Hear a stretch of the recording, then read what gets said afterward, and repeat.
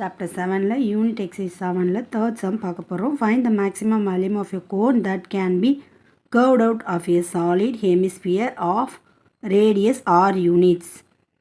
இதில் ரேடியஸ் கொடுத்துருக்காங்க, ஒரு கோன் இருக்குது, ஹெமிஸ்பியரில் கர்வ்ட் அவுட் ஆயிருக்கு அப்படின்னு சொல்லிட்டாங்க.